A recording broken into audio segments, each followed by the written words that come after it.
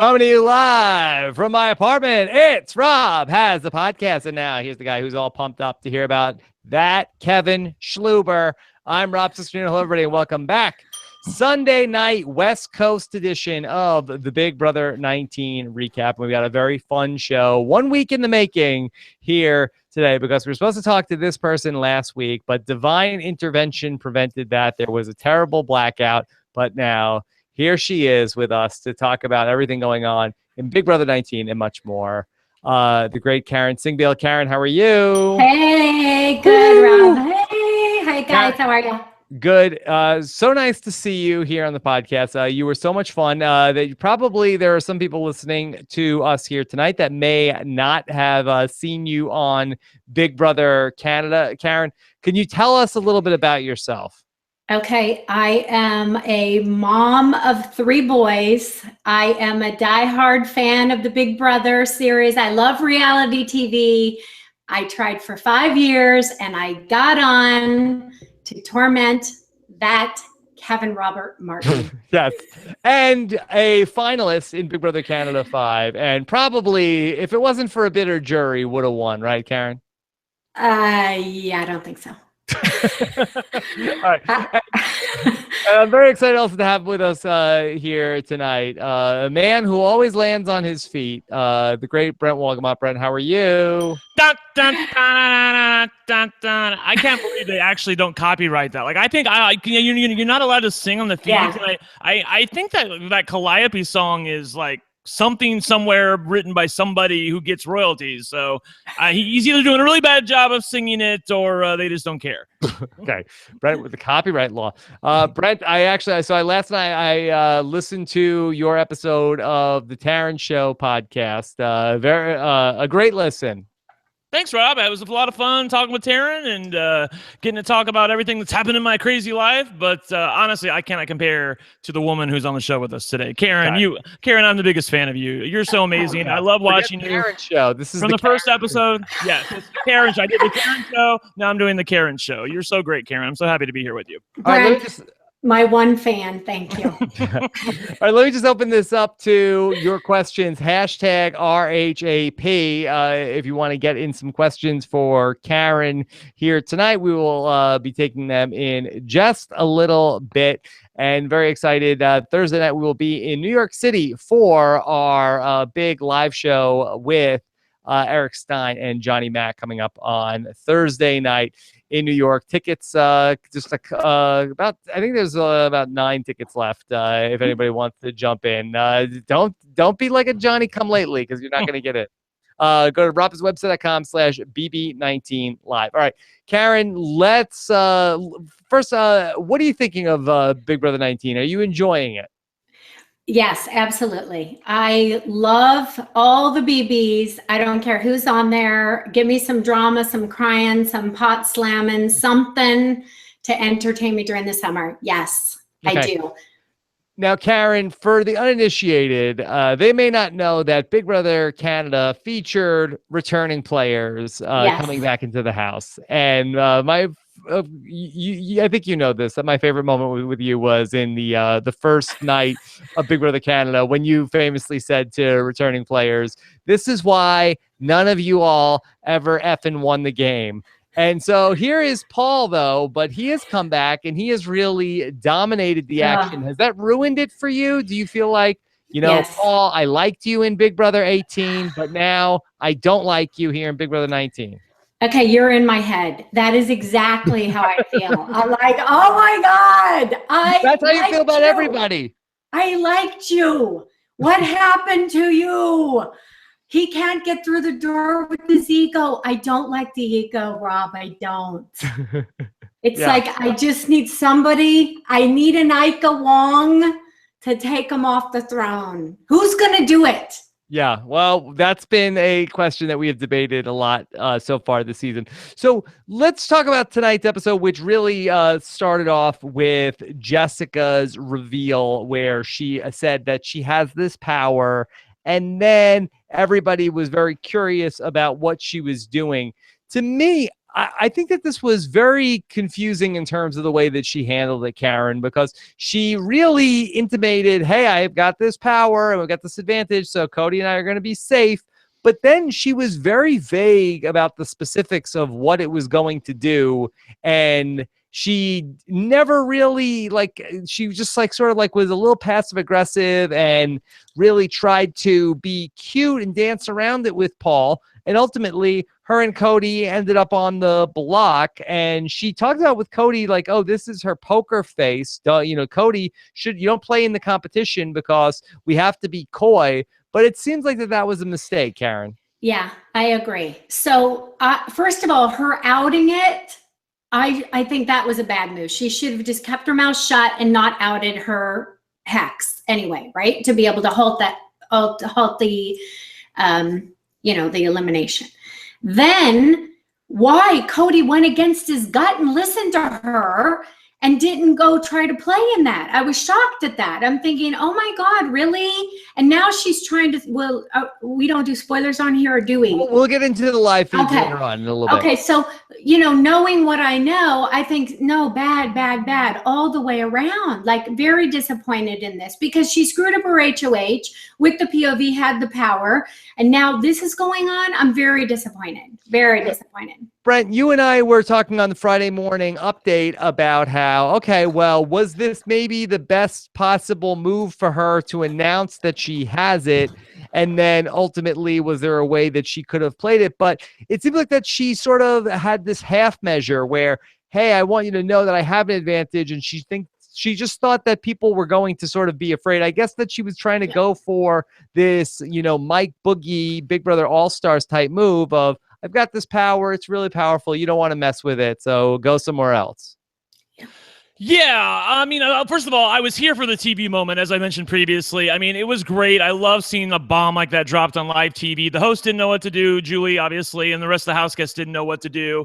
But then she misplayed it after that. She really should have showed her hand and said, this is what it is. And this is why you can't touch me. This is why it would be a waste of your HOH, because I really do believe, yeah, and I've gotten some pushback from some fans, that if Paul knew what her power really was, he would say, you know what, I want to get something out of my HOH. I don't want it to just be a nothing week. So I think he would have at least taken a shot at somebody else, but she didn't. And of course, Paul's like, well, look, I'm going to put you up. And in the worst case scenario, they say I can't put you up and I have to put up 2 other people. And he was kind of waiting for the bomb to drop, and it didn't happen. Yep, I agree. And we came up with the scenario on Friday where if Cody could have kept himself safe on the block, you have this potential scenario where Cody could have gone into the temptation competition and ended up being safe for the week. And then potentially where if Cody or Jessica won the veto, they could have both walked away safe from this week in that scenario, and then they wouldn't have to have used the temptation hex. So it really feels like that they did not play this correctly on any level. Absolutely. That's how I feel 100%. I think what you got to get out of your own head. Like, she's really not thinking through her game, and emotionally she's just playing too emotional with everybody and trying to work her different angles. And it's like, just play your game, girl. Stop. Mm-hmm. Yeah. Did you like Jessica more when Cody was not in the house, Karen? Well, she became a lot more likable, didn't she? Because she had to play a social aspect, or she was going to be just, crying in the blue room like Josh. She was going to be a complete loner by herself. So she actually straightened up a little bit, but we'll get into that, like you said, with the feeds later, because I'm so disappointed in this. Okay, and then also in that immediate fallout, we got to see some flashbacks from Thursday, which was earlier in the day than the eviction. We saw where Josh was playing up about how he was going to be going home that night, and he wanted to wake up Mark so that he could spend quality time with him that day.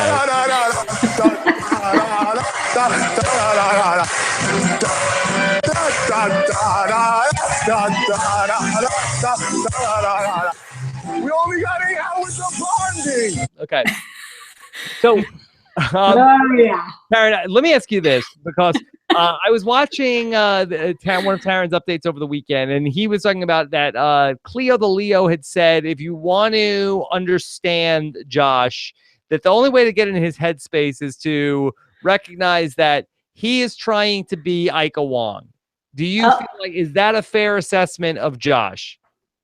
Oh, I think he idolizes Ika. I don't know if he's trying to be Ika. I think what he's trying to do is make a statement and be loud and proud and out there because he's trying to fit in a lot. So I think Ika was such a strong presence and new and was so focused. I feel like he's, his own worst enemy and a hot mess of his game, but he wants to play. That's what I like about the guy. I love that he's creating drama. I love that he's creating some shit and stirring it up. At least he's not boring as F. Yes, okay. I guess he has that going for him, Brent. He does. And by the way, I think you totally jinxed this on the previous podcast I did with you about the whole meatball thing, running it into the ground, because I think it's here for the season, Rob. You might as well just get used to it. It's here. And wait, I jinxed it in that he was gonna say it the whole season? You made such a big deal about the whole meatball thing. Like, I think this is bad. Like, this is not as good as friendship, and he's really overdoing it. How many times did he say meatball? And then now every episode is going to be meatball, I swear. It was all your fault. Okay, you could blame me for that, but that is not going to stick, Brent. Go ahead and try. It probably won't. I agree with Karen, though. As much as Josh does irritate me at times, he's a fan of the show. I also do agree with your assessment of him trying to be Ika Wong. I don't know if he's actively, consciously trying to be Ika Wong, but he certainly, knows everything about Ika Wong, watched that season, idolized her, loved her. When he did the interview with Ika, he knew exactly who she was, what happened on her season, how she acted with Netta, what she said to Kevin. He railed against Kevin for taking it away from Ika. So he idolizes Ika just like I do. Yeah. And I think that there are definitely elements of her game that are seeping into his, if they weren't there already. It's funny, though, as he was going through that whole thing with the pans, it looked like it was affecting Mark, that Mark did not know how to react to it. Like, they cut to Mark, and he was just frozen. What do I do? What do I do here? I find at times he goes into that dead stare, or then he goes into the kind of puffed up, roid rage, I'm going to kill you, but I can't. Because remember when Rich came on, a couple weeks ago, and it's you can go to nose, but don't touch each other because they've been warned, right? Right. Yeah, they have been. Yeah. Yes. Yeah. So Mark did not really know how to affect it. And so Mark was really upset over this eviction, where he finds out that he was part of that minority group that was blindsided. Him and Elena and Cody all were the three people that were on the outs. And this really drives Mark closer to Cody, but it also drives a wedge between him and Elena.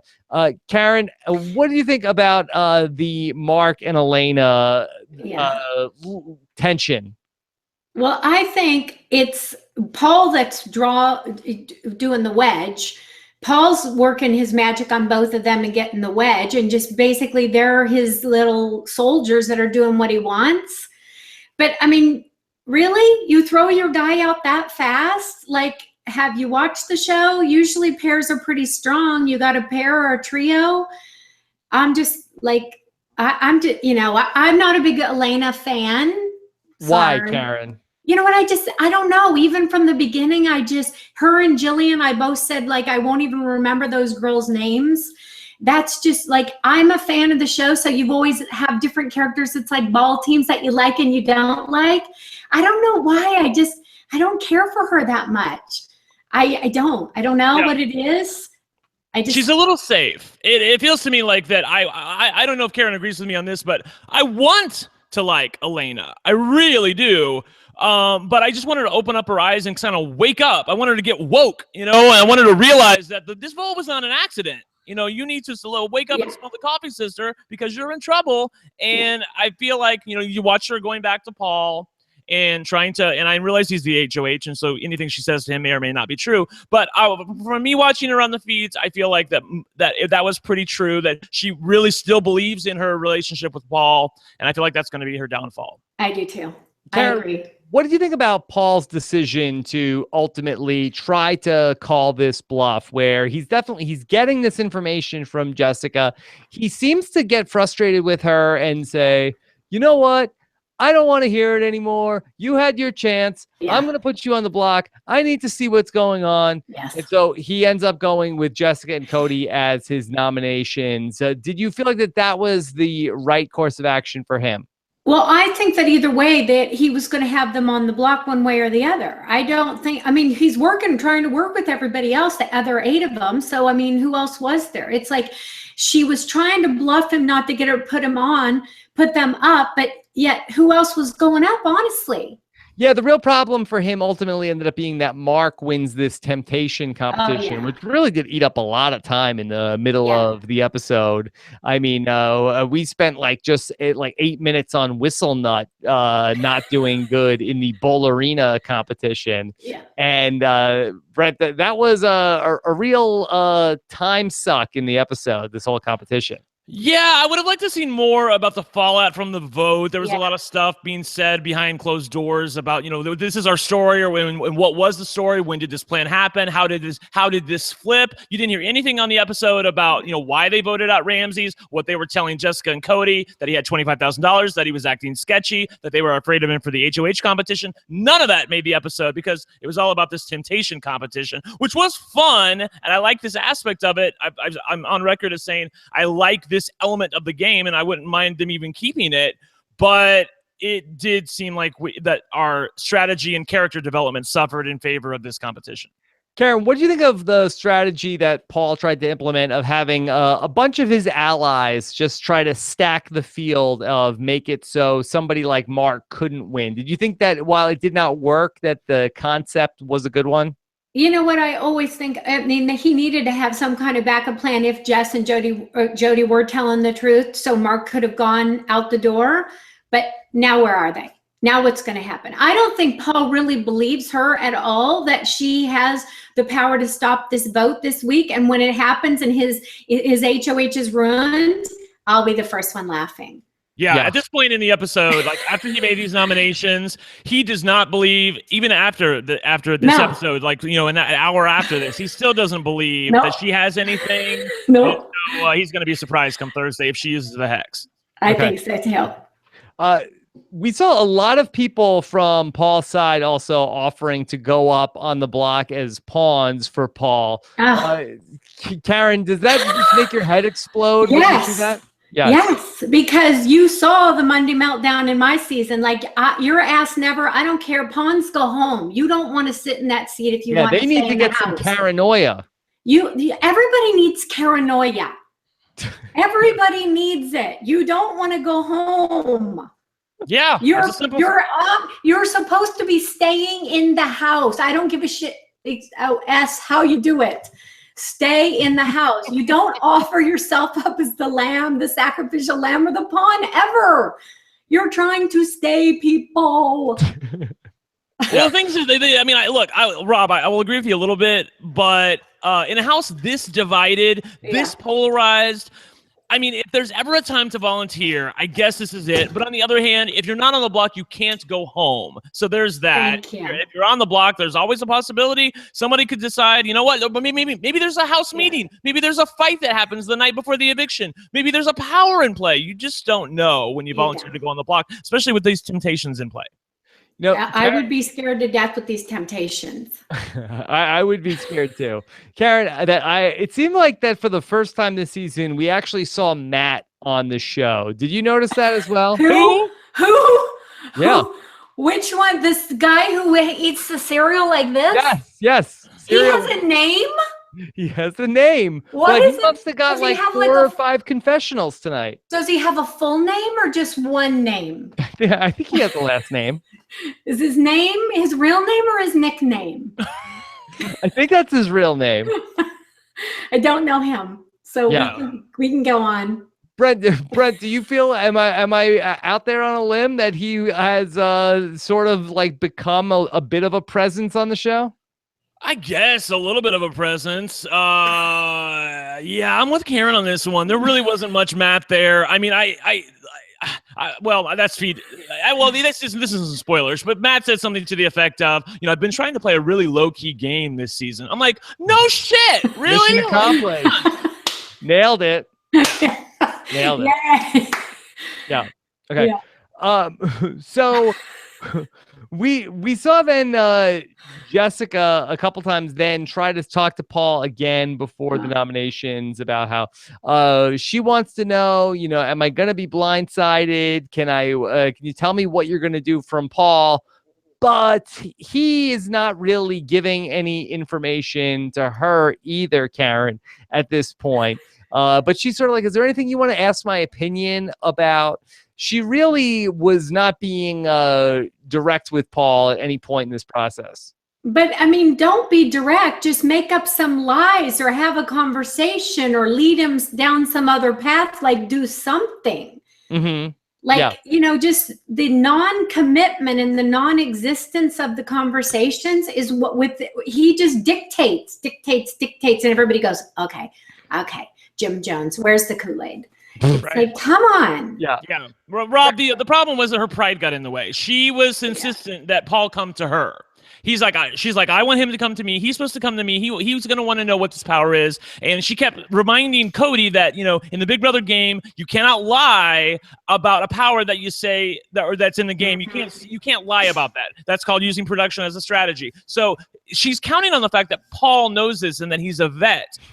But on the other hand, she's not giving him the full story. And even though Paul's played a season, he probably knows that there's about as much about Big Brother as your rando on the street, so, as far as Big Brother history goes. So I don't know that this was necessarily a good plan on her part.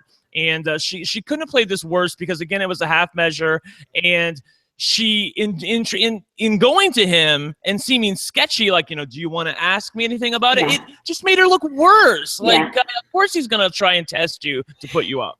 Yeah. Do you have any specific questions about the hex? Yeah. She wanted him to come to her. Yeah.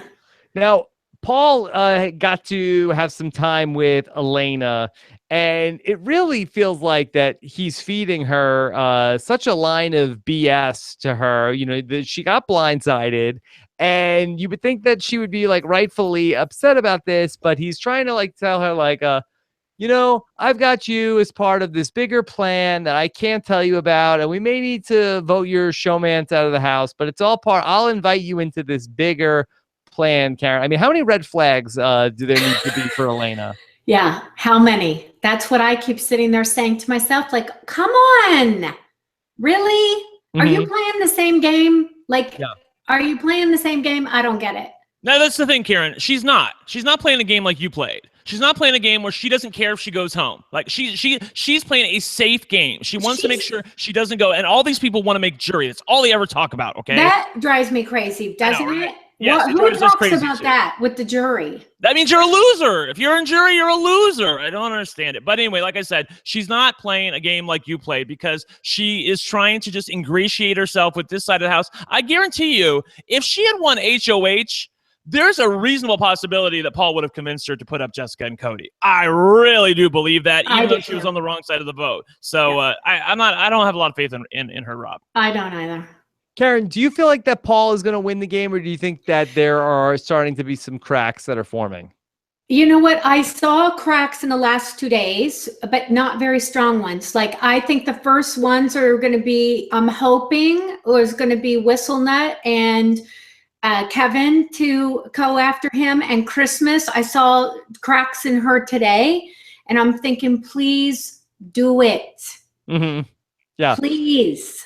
Do you feel like that this is a unfair format to bring back just one person who's played the game before, as opposed to the Big Brother Canada 5, which, congratulations on the renewal, by the way. The Big Brother Canada 5, which was sort of like a fans versus favorites. Well, I mixed feelings about this, because if this is where it's going to turn into like the Paul show, and I didn't get to watch BBOT, but Jason was the only one brought back for that, right? So that is correct. Yeah. This is a consistent theme now with one vet, one vet, one vet. Yeah, I mean, Big Brother 11 was also that Mr. Spectacular was the only vet brought back in that. But he was only given like the first HOH of safety. Like, why they've stacked it so in favor of Paul this season? Why? I don't get it. I mean, Victor was the one that came back 3 times last year. So was Paul such a fan favorite is what I just have to think for rating wise. He must have just been a huge fan favorite, and they thought, let's bring him back and everybody will love him. But unfortunately, I don't think that's what I did. A poll, and what did your poll say? It said Act 69 of the Paul Show was my title, and Act 69 of the Paul Show. Gotta go, love it, friendship rules, and on the fence. And it was like 62% gotta go. And I'm like, okay, good. It's not just me. I have done a scientific study on Twitter. Please don't drag me. All right, Brent, the scientific poll says. Yeah, and I trust.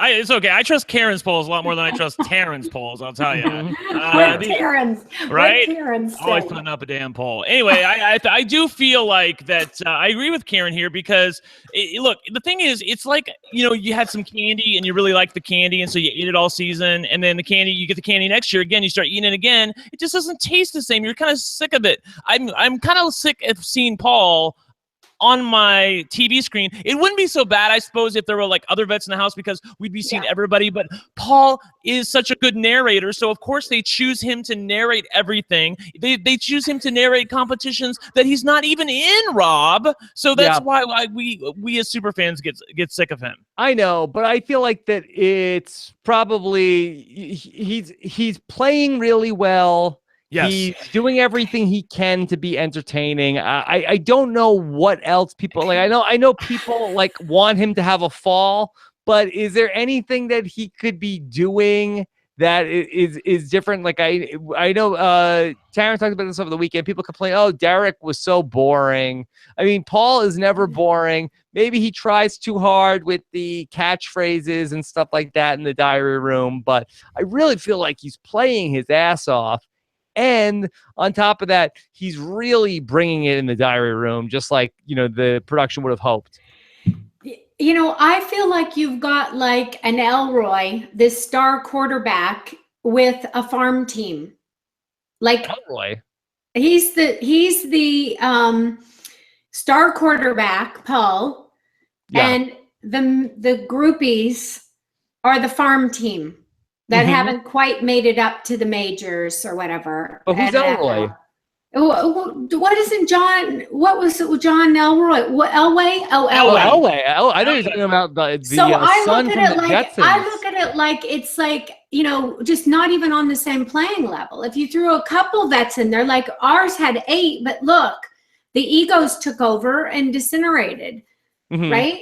Yeah. So I just look at it like they're just going to keep following along with what he says. Like he gets in their face and like dictates, and they're like, okay, I'm going to go downstairs and start a fight with this one now. Okay.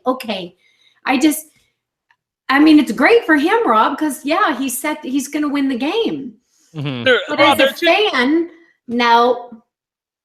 There are 2 things that are happening here with Paul. I really do believe. Number one, the one thing that because he knows a lot of stuff. He's like, fans don't like it when you do this. Fans don't like it when you do that. The one thing that he doesn't really know that fans don't like it when you do is the one thing that he can't know because he was never a vet last season. Fans don't like it when you vet-splain everything to the rest of the house and tell them what to expect and tell them how this works and tell them what's going to happen because it takes all the fun out of seeing all of these people discover Big Brother for the first time. And the other thing he's doing, unlike Derek, I know he's being entertaining, but he's severely micromanaging everybody to an extent where everybody has their marching orders like Karen is sick of and I'm sick of. And it just gets to a point where I'm like, who is going to challenge him? Because I don't even see somebody who's even thinking about putting him up. Don't you feel like that is probably more of a flaw in his game and one that will ultimately result in him losing, Brent?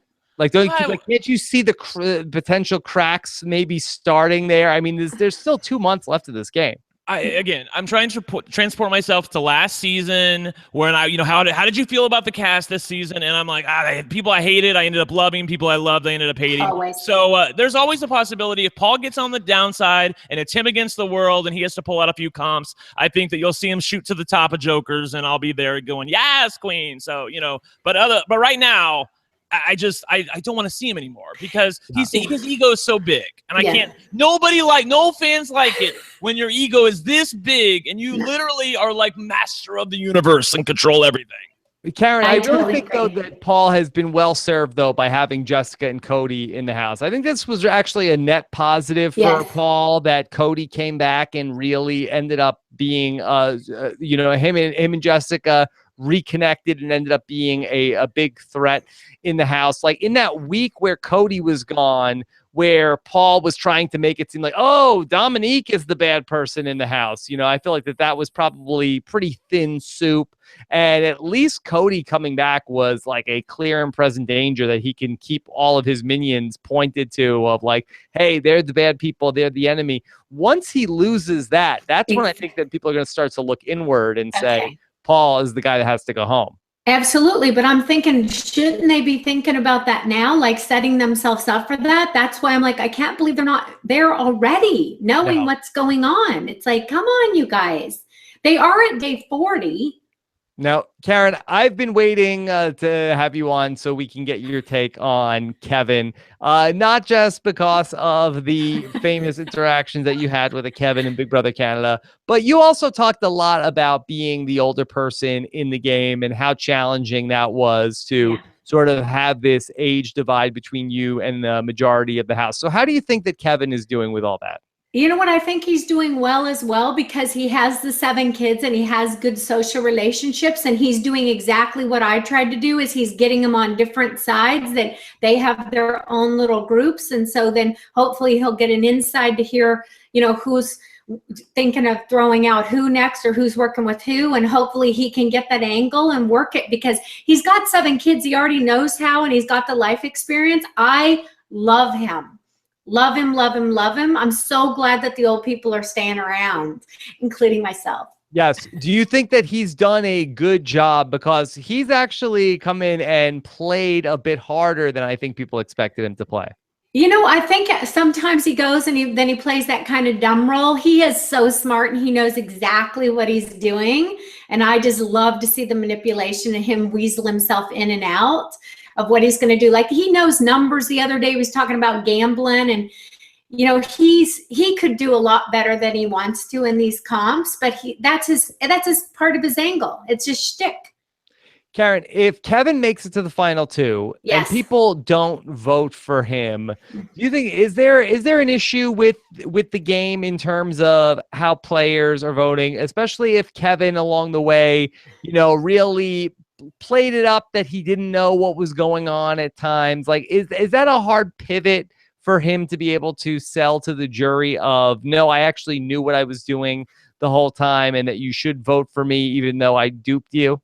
I think that the jury never gives as much credit to a social game. They're always going to give more to the comp. So if he's up there in the final 2 with somebody that competed better and won a bunch, there's no way.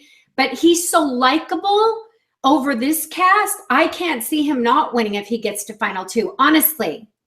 Yeah, that's a good point about the social game versus the physical game. And I know that in modern Big Brother, there's, people get up there and say like, oh, I won 3 HOHs, I won 4 vetoes. Yeah. I mean, now you have these temptation competitions and road kills and things like that. We talked about like last season, Victor was padding, I won 17 competitions this season, counting the battle back and all this stuff. Do you think it's even more of a disadvantage for people who aren't winning the competitions? I think, it's going to always be that way. It seems to have gone that way, and that's the way it's going to keep going. That's just my take on it. But I mean, like Victor had that, but he wasn't as strong a social player. Paul was a better social player, don't you think? Yeah. Brent, did you see those pictures of Victor in, what was it, Men's Health? Was he with Nicole? I don't know. When you started talking about pictures and Victor. I'm with Karen. I thought you were going to talk about the Victor and Nicole picture. Oh, is that official? Is that official, or are they trolling people? I don't know. What do you want from me? These kids. Come on. Because this Big Brother 18 cast, they love pranks. Yeah.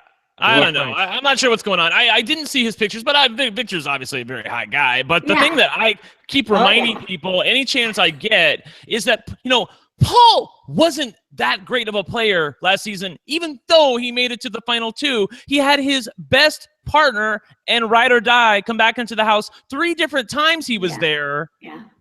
And that guy took Paul's place every freaking time, because if Victor wasn't there, I guarantee you Paul would have been evicted. But every time they wanted to evict Paul, they looked at Victor and they're like, oh, well, we've got to evict the muscle instead of this guy. He'll win competitions. We got to get rid of him. And so he made it to the final 2 with like 2 or 3 get out of jail free cards because his partner came back, and then he still lost in the final 2 by making a mistake. Yeah.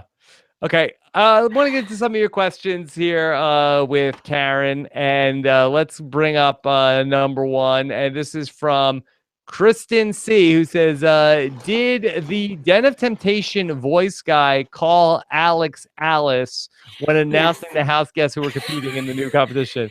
Karen, you say yes. 100%. I'm like, he just called her Alice. I said that to myself too. Yes, he did. Brent, are you buying or selling that? Did that happen? I actually, that's the funny part. Like, I watched them do that, and I saw them like saying something, but I kind of just blew past it. So I can't actually make a good call on that, Rob. I really don't know. Okay. Nice. Behind the back. It's a layup. Alice, please come. Whatever your name is.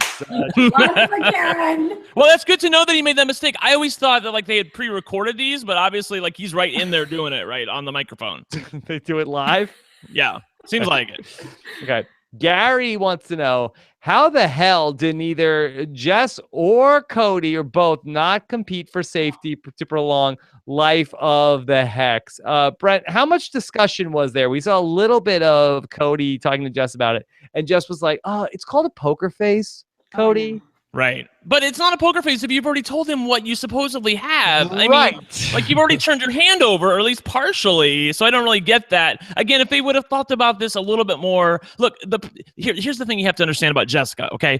At this point in the game, before nominations, Jessica is utterly convinced that Paul is going to do what the, quote, house wants and go after Josh or go after Alex. That's how her perception is so off in this game right now. Like, Cody and Jessica together, I think, could actually make a pretty good player. But by themselves, they have terrible instincts. They really do. Every time they want to go right, it's left. Every time they want to go left, it's right. I haven't seen them make a good call yet. And this episode was just more of the same. Yeah. Karen, I mean, you played with Dimitri and Ike in Big Brother Canada, and they were a showmance that was really like in the middle of everything. They had like a good sense of what was going on in the house. So what's the secret for a showmance to, stay on top of the game and not just be sort of like too much involved with each other and, missing the forest for the trees? You just said it. You cannot just be too involved with each other. You have to be out in the forest with the squirrels. That's what you got to do. They always knew what was going on because they had other people they were talking to and working with. It's like you can't just isolate yourself and be, having a afternoon delight all day. Yes. That's what no, Karen, that's cool. The chat room's like, we need uncensored Karen. That's what. So I like it that you're giving them a little bit. That was uncensored afternoon delight. Well, it was. I mean, she's moving towards her real self. You sing the song, Karen? Rob warned me, chat room. Yeah. Okay. I got pre-warnings before I went on the show, even. Yeah, right. Yeah. I know. I get that too. It's just behind the back, Kelly. Be warned. Don't talk about afternoon delights too much. Karen, I wanted to ask you really quickly. Somebody in the chat, I can't remember who it was, wanted to know who is the Jackie of the season. You didn't get along with Jackie all last season. So who is the Jackie? I'd say Raven, wouldn't you? The McVictim. Yeah. What do you call it? The McVictim? I said I had McDrama, McVictim, McBitter in our season. Yeah. So Raven was talking today about the 10-inch needle going up her ass like childbirth. And I'm thinking, I've birthed 3 children. Right. Yeah. I'm sure she'll Don't find a way to tell make it me. about herself. Yeah. Don't tell me what it feels like. Yeah. Yeah. I don't know if we need to know more about that, Karen. No. So you're anti-Raven? You're down on Raven? Well, I'm not anti anyone. It's just like a ball team, Rob. You all have your favorites. Just like people didn't like me. I get it. I just want to have opinions. But when I now offer my opinion, sometimes I get drug around by my hair a lot. No, Karen, you'd have been great on this season, honestly, because you wouldn't have put up with this BS. You really wouldn't have. You would have gone you would have been evicted. Karen, Paul would have had you on the block so quick. Thank you. What a vote of confidence that is. It really is. I mean, like, I'm You just mean thinking about somebody would have actually wanted to put me on the block and get me out? right? Yeah. So I'd actually, I would have gone up in currency. Yeah, you can't trust her. Okay. All right. This is from Who Cares at Michelle T. Carroll. With Paul winning 2 HOHs and 2 POVs, do you think that these sheeple will wake up and realize that they are not playing the game? What do you think, Karen? No. I think you could hit them over the head with the sledgehammer. They're all sleeping. No. Sleeping into next Tuesday. No. No. Yeah. Yeah. Okay. No. Can we talk about that really quickly? I mean, Paul, I feel like, Rob, we have to give some criticism to him for winning the HOH in the first place. I mean, like he could have thrown it to Matt or Raven. I don't understand why. Throw it to him, right? Yeah, there were chances for him to do it if he wanted to do that. I'll just say that. Eric Stein on Twitter said, Paul really making a mistake by going for HOH this hard, especially when he knew that his enemies were already out. He could have easily thrown it to somebody else, especially if he was worried about anything. And then they were rock solid. They would have done exactly what he wanted to do. Brent, I thought that Raven and Matt had said that they threw it to Paul. They were like, he knows what he's doing. Rob, please, if he wants to throw it, he'll find a way to throw it. I guarantee you. There were 5 people. Well, it wasn't even just Matt and Raven. There were 2 people before them, Josh and somebody else, who were still left. He could have thrown it to any one of them. And if it went to a tiebreaker, he could just roll like 1 billion or something on his thing. I mean, there was a way to throw this if he wanted to do it. Karen, we made a lot of comparisons back when Paul had the pendant of protection and 3 weeks of safety to Netta being safe for the first 4 or 5 evictions in Big Brother Canada. She won an HOH. She played an aggressive game during that period. And at the point where she wasn't protected, obviously, we know what happened. Did you see any similarities between what went on with Netta and at least the start of Paul's game? 100%. And people said the comparisons that I kept hearing is, lay low, build the relationships, get to know the people, act like you give a shit about them, care about them, suck them in a little bit more, and don't put yourself out there and so much more visible. And that was the reverse. That's not what happened. And so it's kind of what that mob mentality takes over, just like with the fans. It's like, we're all like, somebody take him down. And it was like the same thing when Ike is like, you're going home. Thank you, Canada. Because we got little clips of the yelling and we were all, because, you don't know what's going on the outside. And we were like, oh my God, are they loving this? Because, we know how popular Netta is and how she's loved and beloved by the fans. So you don't know what's happening. So I think his ego's thinking that as well, because he's very beloved and loved, and he would be shocked at what's going on, that people don't think this is great. Yeah, really quickly, I just want to say the other thing to keep in mind too is that Karen's right. Paul's ego is so big, he was convinced that this power wasn't real because he was like, well, if it was that good, I would have gotten it. And it just pisses people off when you say stuff like that. Yeah. Sorry. And then I got to say one other thing. When it's like last night, he's saying, I need to get into the DR. I need to get in. They need to get me in. I need some answers from them. Right. I'm like, sit down, fool. Come on. They work for him. I'm thinking, oh, come on. Right.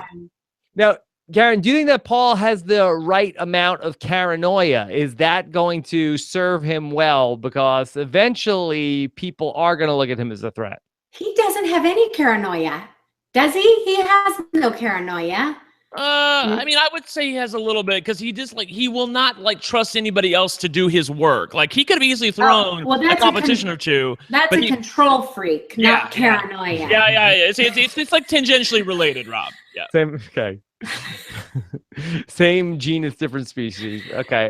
Byron Hussey, is Matt's strategy of being a team player the perfect strategy for Big Brother, the quintessential team game? Now, again, I don't know if he has the killer instinct in him, but is it possible? And tell me if I'm looking too much into this. I mean, wrong. Brent, go ahead. Sorry.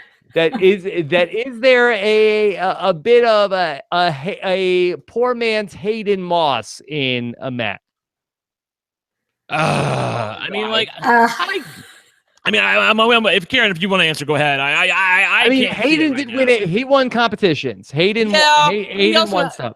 I don't know. He had more of a killer instinct. He knew what his path was. He was like, we're going to do this. You guys are going to talk to them. We're going to do this, and we're going to get to the end. I don't know that Matt really sees that right now. In fact, he's willing to give Raven the money because she apparently needs it so much. So she says. The only thing Matt is wrangling with is daily hunger pains and keeping dishes clean to eat more cereal. Like, come on. And this was such a miscast. I really don't. There is no game in this guy. Like, I feel like going in, I need to take your pulse. Okay. Yeah. Okay. Right there. Yeah. Karen, I did think of if Matt was going to propose to Raven, I do think the move is that he goes into the cereal box and he says, "Oh, there's a prize in here," and then he gets down on one knee. That'd be the perfect proposal for Raven. Yeah, the lucky charm. The lucky charm, yeah. Edmo, should Paul have called Jessica's bluff without knowing all of the details? Karen, was this reckless on Paul's part? I definitely think he played that wrong. They both did. They should be playing more of a game of cat and mouse and lie and be lied to each other and, just whatever you want to hear and give you a little bit of lying information without using the production as a strategy kind of thing. But I think totally mishandled on both sides. Yeah. Brent, could this have been one of those things where you're not allowed to say the person is going to be nominated? Because I feel like for Paul, what harm would it have been to say to her, so what's going to happen when I put you guys on the block? Yeah. I don't know. No, I don't think there was any rule in place that he was thinking of. I think that he wanted to put on a little bit of a show. He kind of he thought what was going to happen was what happened to him the first week when he was named as the replacement nominee. He thought, I'm going to try to nominate them. Sirens are going to go off and then I'll have to name someone new. Like, he was totally prepared for this. And that's why he didn't really want to talk to Jess, because I feel like he had his whole plan. And to be honest, even if he was satisfied with it, he would have had to convince the house that he was satisfied with it. So I feel like the house really would have been not very pleased if he decided to just sort of trust Jessica and Cody and put somebody else up on the block. Okay. Well, it was a busy weekend on the live feed, so I want to get into talking about that. I know Karen is dying to talk about live feed stuff, so we're going to go ahead and bring you guys the spoilers. Coming up on Wednesday night, I'm going to be on my way to New York. Brent, you're going to be holding that one down? Maybe. I forgot to text you, didn't I? All right, we'll figure it out. Yeah, I will. I may be there Wednesday night, but I know Melissa will be there, and it'll be a good time. Okay. All right. So be on the lookout for our next live show on Wednesday night if you are bouncing. Otherwise, we got a lot of spoilers coming up. Here we go. The Office of Civil Defense has issued the following message. This is a spoiler. Warning. A spoiler. Warning means that an actual spoiler against this country has been detected and that protective action should be taken. Okay, there we go. We are ready to talk about a busy weekend. I should have done okay. I'm hitting the pans to get ready for the spoilers. Yeah, okay. Exactly. Get them out. Yes. Okay. So wild weekend kicking off, and I'm sure it will be an exciting show coming up on Wednesday night. Brent, all right, let's do the short version, of course, that if you want the longer version of each night of the weekend, you could watch Taryn's recap from Saturday and Sunday. But a lot of fighting going down in the house, Brent. Yeah, right after nominations, really quickly, Cody and Jessica went up to HOH with Paul. They let him have it. At one point, Paul told Jessica to lower her voice. Then all hell broke loose. Cody got really mad at Paul, lost his temper. Jessica and Cody are yelling at Paul, your HOH is now worthless. Paul's like, get the F out. So then Mark downstairs, everybody's listening to this. Of course, Paul's ranting to everybody because he hasn't been challenged all season long. So he's ranting to anybody who will listen. Josh starts making fun of Cody, saying you're going home. Mark opens his mouth one time to defend Cody or to tell Josh to tone it down. And then Josh he's waiting to go in on Mark because he's just had it up to here with Mark. And he lets him have it. They get into a big fight. It came close to, we thought there was going to be an expulsion because Josh Willie Hantz territory, right? Very much so Willie Hantz territory. Like really getting pissed off. Josh is banging pots and pans like you saw in the episode, but he just went on and on and on and on and on. Paul's mad at everybody, so he's yelling. That's the one thing that Paul's not like Derek. He gets really pissed. He just lets people have it. He just can't control his temper. And at one point, Mark got so mad at Josh, he just literally charged him like a bull. I thought he was going to take a swing at him with Kevin in the middle, and he wanted to take the pans away, but he did it in a very aggressive manner and took the pan up like this and made him flinch, and then feet's cut. So it was just a disaster. Jessica's not happy with Cody because of how he interacted with Paul. Mark obviously is going on some apology tour, and that's where we stand going into the veto competition. All right, Karen, what's your assessment of all of this so far? Well, I love the drama, the petty, the drama, the yelling, the pot clanging. That's the shit I live for as a fan. So I'm like, yeah, bring it on finally. So they were lit for sure. Yeah. I was out and came home to it. So the Twitter was going. Yeah. No, but I kind of feel good for Mark I think that's I think he's got to stand up to Josh. I mean, Josh was just walking all over him. Maybe, take the pans and throw them over the fence. But it was for Mark, you can only take so much. Yeah, I don't understand this. Go ahead, Karen. Yeah. Sorry. No, I don't blame him at all. It's justified. Of course, the only thing is what you said, expulsion. That's what I'm thinking. If it goes to blows or people start touching each other, somebody's gone home. So it's in that situation, a pressure cooker, you're locked inside. It's uh-oh. I love it. But I definitely don't want somebody to go at this point, for that. Yeah, and it's getting to a point where Josh is provoking the fights. He's trying to get something. He wants somebody to take a swing at him. He says he doesn't, but I feel like there's a part of him that would sort of relish that if he was able to get Mark out of the house for something stupid like that. So he's definitely... He's giving us all the entertainment we want, but I'm with you, Rob, that I feel like Mark, I don't know if he doesn't have a half speed. It's either he's sitting and looking glazed-eyed at you with his head cocked, or he's charging at you like a freaking bull. I'm with Liana. I heard her on a Feeds update. I thought he was going to be out of the house when the Feeds came back, but they had basically given him a talking to, saying, you got basically you guys knock it off, and so everyone's still in the house. Yeah, I want the entertainment too, but is banging the pots, is that entertaining?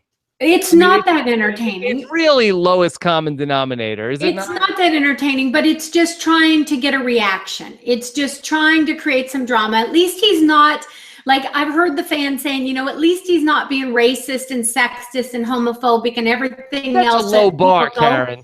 But I'm saying at least he's just being loud and the meatball and the banging and stuff to get people riled up. I mean, it's a lot more entertainment than Matt eating cereal. I don't care. It's more entertaining than Matt eating cereal. But again, low bar. Okay. I like him. I like him in there. I'm voting to keep him in there. I would get along with him. If I was in that house, I guarantee you I would be getting along with Josh. Okay. Brent, me too. I love Josh. I do. I mean, he drives me crazy, and I'm with you, Rob, that I can't stand it when he talks all this big smack in the diary room. I'm going to let Jess and Cody have it. When they get nominated, I'm going to ha ha ha ha. And of course, nothing. I mean, after he was saved on Thursday night, he said he was going to laugh in their face. Nothing. I mean, all you saw was a little bit on the episode where he was like, well, you guys don't seem very happy that I stayed. I mean, which is weak sauce, Rob. It's weak sauce. Weak sauce. Weak tomato sauce. He's reaching a little because he's young. It's just young, and he just wants to make a presence in there. Oh, yeah. But, I like it. I like it too. Okay. It's all good. All right, let's talk about the veto, which that we alluded to earlier, a second veto for Paul this season. Okay, Yes. so this is where things get a little interesting. Now, Paul has a second chance to change up nominations if he so desires. Brent, what's Paul thinking about with the veto? Well, keep in mind that Jason's on the block as a third nominee. That's important to keep that in mind. I think all things being equal, he probably would just pull Jason down. However, there is this hex in play, and he, at this point, is not really convinced that it's real. He doesn't know. He's convinced that someone's going to go home. He just doesn't know how it's going to happen. He really has no idea at this point in time what the true power of the hex is. So his options are obviously keep nominations the same, pull Jason down, which is probably what is likely to do. Then there would be no replacement nominee. He wouldn't have to get further blood on his hands. Or he could do something interesting like, pull Jessica down if he thinks that maybe her power is dependent on the fact that she's on the block, and then maybe she would be less likely to use the hex if she was off the block, and put Elena up. And that was also a possibility for Paul. Also, I want to talk about this idea of trying to sell Jess on Cody should go home. Right. So, Yeah. Paul has tried to make this case as well, right, Brent? Right. Well, that's before he didn't start doing that until he understood the true ramifications of the hex. So Paul, as Karen alluded to, Paul marched into the diary room and wanted answers, and he got really pissed because they wouldn't give him any answers yesterday. They would only answer one question, which is that no house guest is guaranteed 3 weeks of safety, which is basically what Jessica claimed at the end of. Wasn't Paul guaranteed 3 weeks of safety? From this point on, okay, that's what they said. No one is guaranteed 3 weeks into jury, basically. So, Paul wanted to know, or he instantly thinks, well, that's a lie. And by the way, I remember your update show with Taryn. You were like, well, that's a very liberal reading of what her true power is. I think this was the diary room's way of cleaning up after themselves. Like, they wanted to make sure that was cleaned up, but they weren't going to tell him anything more. So he's hot. He's pissed. Yeah. He wants his answers from the diary room. He's convinced he's going to get them. Yes. He never really does, but they tell him, look, she can't lie about her power. She can't make something up. So then he goes to Jessica and he says, let's have a talk about this. At this point in time, it's really awesome because Paul is thinking hard about, and he's already talked to people about the fact he's going to put Elena on the block and pull Jessica down. That way, one of them goes home. He thinks it's player specific, that she can either save Cody or save Elena, but she can't save them both. He doesn't understand it. So that would have been great because it would have exposed to Elena that Paul's not really on your side. He just pulled Jessica down and put you up. But then Jessica, with her incredible timing again, decides to tell Paul at this point the real power, and it takes him a while to process it. But once he understands what the true power is, Karen will tell you information is power in the Big Brother game. And now that Paul knows what her hex is, now he knows how to play against it. And that's where this whole play to try to get Jessica not to use the hex comes in. And that she was willing to sell her showman / boyfriend who she loves, who she's sitting there saying, he fought for our country. You guys really don't understand, blah, blah, blah, blah, blah. As she's in her black bikini trying to sell him down the river saying, okay. And then she starts 2 hours later having second thoughts like, well, he's a really nice guy. I don't want to do this. And I'm like, oh my God. Here's a couple things to keep in mind. I'm not going to get into the specifics because it's not important. Basically, Cody and Jessica are still fighting right now. Okay, there's a couple things that have happened that have caused fights. But basically, Cody wants to leave the game at this point. He's like, I feel like I'm worse for you. I'm not helping you. I want you to succeed. It's better for you if I'm not here. Don't use the hex on me. And so that's what Paul wants, of course, because Paul wants Cody out before jury. So that's what's going on here. And Jessica is trying to decide, look, I'm going to save you all the trouble. Okay. Jessica's using the hex. I don't care what. We can talk about the deal that Paul has now offered her. I don't care. She's gonna use the hex. It's a smart game move, as we have talked about in this show, and it's also the better emotional move for her because as of right now on the feeds, she still likes Cody. She doesn't want to see him go home, and she knows he's never gonna put her up. So why in the world would she let him go home? I also think she might be facing a little bit of pressure from the diary room. They want this hex to be used, that. So I feel like look, here's the other thing. If Paul, there's a plan in place to try to get her not to use the hex, which we can talk about, but that plan depends on Jessica remaining on the block.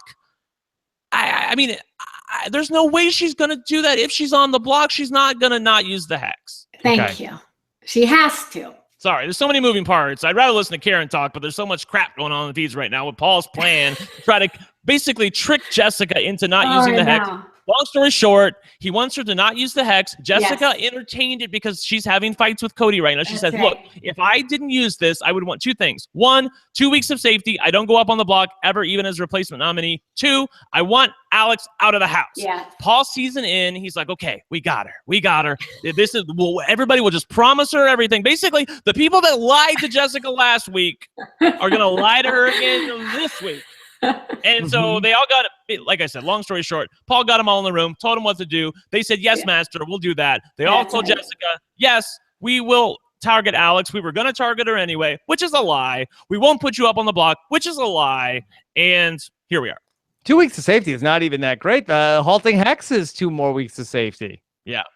It said 4, right? It was 4. And that, right. If she can escape the block this week with the halting hex, she has safety automatically. So I don't know why she would negotiate for. Last quick point. The thing that Paul's trying to use to basically bully Jessica into not using the hex is that they all think that they've made jury because when Paul won HOH, they were like, yeah, we know Paul's side of the house. We know we're not going up on the block. So we've made jury because there's only going to be 11 people left. And of course, we know better because of the true powers of the hex. Once Paul realizes it, he's like, look, if you use the hex, that means we're not in jury anymore. And, you're going to have 9 people pissed at you. Jessica's like, I don't care what the house wants. The house hasn't done anything for me. And I lived for her snatching Paul's wig at this point. Okay. All right. So that's where we stand right now, Brent. That's where we stand right now. Paul thinks he's convinced Jessica not to use the hex. But Jessica has told him, look, if I feel anything funny on Thursday night, because, I have to use it before the vote. See, the house guests don't know that she can use they think she can use it after the vote. Well, so, she just found that out, right? That an hour ago before we came on. Right. But they all know now. And she's like, no, she told Paul. And that changed things. And she's like, so just if anything happens funny, I'm using it. And it's like, you better, girl, bye if you don't use it. You better be flipping using it. See, I told you we're kindred spirits, Rob. Yes. All right. So Thursday night, Paul is presuming that Jessica will not use the halting hex, but we are expecting her to use the halting hex. Then there will be another HOH competition, and Brent Paul will be ineligible for this HOH competition. Right. Yeah, and he's already planned. He's already planned it out because he's like, look, I've made my best play. If she uses the hex, number one of those two have to win HOH. He's still counting on Mark as his side, which I guarantee you Mark will not do Paul's bidding if he actually wins HOH. And I don't even know about Elena, but that's close. And then even if they do win HOH by some miracle, I'm going to play in the safety competition, and then I'm going to, if not, I'll be last place, and then I can guarantee myself I can play in the veto. So Paul is trying to convince himself that he's not worried right now. Okay. Yeah. Let's take a couple more questions before we wrap up. Shakespeare 527. People are saying it's a wasted HOH, but isn't there some wisdom in flushing the hex and eliminating it? Karen, we talked about this on the Friday live feed update, that if Paul, all he does this week is get Jessica to flush the halting hex. Is there a victory there for him? No. No, I don't think so. What would have been the better move? Because he really is in a tight spot here with Jessica and Cody have the halting hex. Mark ends up getting the immunity from the temptation competition. Was there another player on the board he could have gotten out this week? Well, I mean, he should be thinking that there shouldn't be, because this is one thing, Rob, we're all thinking this, aren't we, Brent? It's like, okay, you've got 2 people that Cody and Jess, they go. Then you have what? Josh, Mark, everybody has to go to get, there's 2 people left at the end. Like that they're thinking about protecting 8 people is so ridiculous to me. It's like there's 2 of you. You're not all going to be sitting there. Yeah. Get some other targets. I will say really quickly that there is a little bit of a sub-alliance happening between Alex and Jason, Matt and Raven, and Paul. Of course, Paul's in the middle of everything. So obviously that would leave Kevin, Josh, and somebody who I'm forgetting. Who am I forgetting? Anyway, it leaves them out. So girl, bye to them if things continue on the course that they're on right now, and they won't be long for this world. But again, I don't think Josh is that kind of a player. I don't think he would take it lying down. And I do think that even Josh says he is with Paul, that once jury starts especially, I feel like he's going to wake up. Again, this was a worthless veto. I don't understand. Paul, you're the HOH. Why are you winning the veto? Like, and his score was like, 6.7 points better than everybody else. His target is just so big at this point. Yes. Dr. Will famously said, like, I'm going to make my target so big that, nobody even sees it anymore. It's invisible. And I'm like, Paul's target is so big that you can't miss it. Yeah, I agree. Okay. Andrew Kirk wants to ask Karen, had the Temptation safety competition been in Big Brother Canada 5, which weeks would you have accepted it? Karen, would you have ever gone into a competition knowing that if you came in last, you would end up on the block? Well, knowing that I would be the first one out, like, how I competed. Who's asking this? Did you watch Andrew the Kirk? season? Andrew Kirk. Andrew, did you watch? Come on. You know that I would probably end up, then I'd be on the block. Yeah, I think this is like they're trolling you, Karen, with this question. No, like, Andrew come on, would do that. Andrew would like do that. Andrew, come on. Yes, I would have been on the block. Miguel's asking, do you guys think the trio of Cody, Jessica, and Mark can manage to make it far if they can go on a comp winning streak and recruit? Brent, could Cody, Jessica, and Mark run the table? No, that's all of our hopes and dreams right now. At least most people. I know there's some Paul fans out there. I know there's some Alex fans out there. But right now, everybody's rooting for Cody and Jessica because they're the only people not drinking. Everybody's rooting for Cody and Jessica? Most people are rooting for Cody and Jessica because they're not drinking the Kool-Aid. I think that people like them. The fans like them because they're not doing the status quo. They're not marching to the dictator. Right. And people don't want that. Like that. People don't like the establishment. They do not. They want somebody to buck the system. They don't want to vote for the man, Rob. No, they don't. All right. Let's do one last one. Anthony S. Is the have-not room key temptation the lamest twist in Big Brother history? Karen, do you like when they pick the key out of who's the have-not for another week? I don't like the production value of like them trying to make this huge deal of it like Elena did last night. It's like, who cares?